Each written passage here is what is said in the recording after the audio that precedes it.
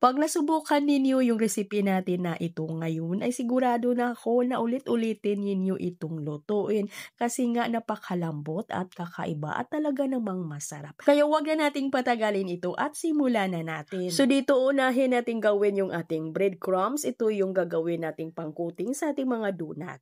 Ito yung mga ingredients niya mga ga sa ating video screen. Pagsamasamahin lang ho yan at masahin. At gagawa lang tayo dito ng 2 cups lang na harina ng ating breadcrumbs o yung gagawin nating bread powder. Masahin lang natin ito ng mabuti. Masahin ko lang ito ng mano-mano. Masahin lang natin ito ng mga ilan lang na minuto kasi hindi naman natin dito kailangan na makinis talaga kasi ay dudurugin lang naman natin ito. Gagawin natin itong toasted. Ito na, minasa ko lang ito ng mga 5 minutes. Pagkatapos putulin ko lang ho yan, ay kahit ano lang naputol kasi ay dudurugin lang naman natin ito. Rest natin muna para umalsa. Pagkatapos lutuin natin sa ating oven. At ito na mga ga, naluto na. Magic na po tayo para madali yung ating video. Luto na po ito. Himay-himayin lang natin. At isa lang natin ito ulit sa ating oven. Sa mahina lang talaga na apoy hanggang sa ito'y maging crispy. At pag nag-toasted na, ito na, durugin na natin gamit yung ating food processor. At ito na mga ga, yung ating crumbs. Ito na yung ating breadcrumbs na homemade. So dito naman tayo sa ating chocolate dough. Ito po yung mga ingredients natin sa ating video screen para sa ating donut dough. Pag samahin lang din ho yan at ganun din masahin ng mabuti.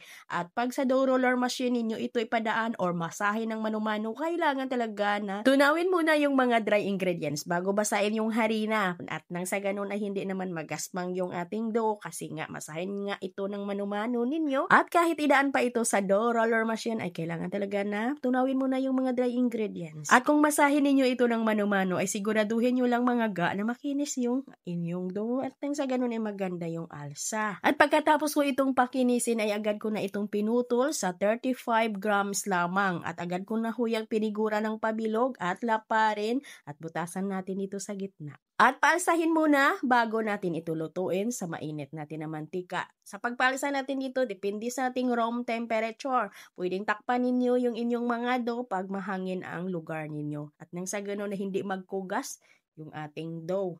At ito mga ga, pagkatapos kong lutuin sa mainit na mantika, para didikit or kakapit dito yung ginawa nating breadcrumbs, yung ating toasted powder, ay maglagay ako or basain ko ito ng condensed milk.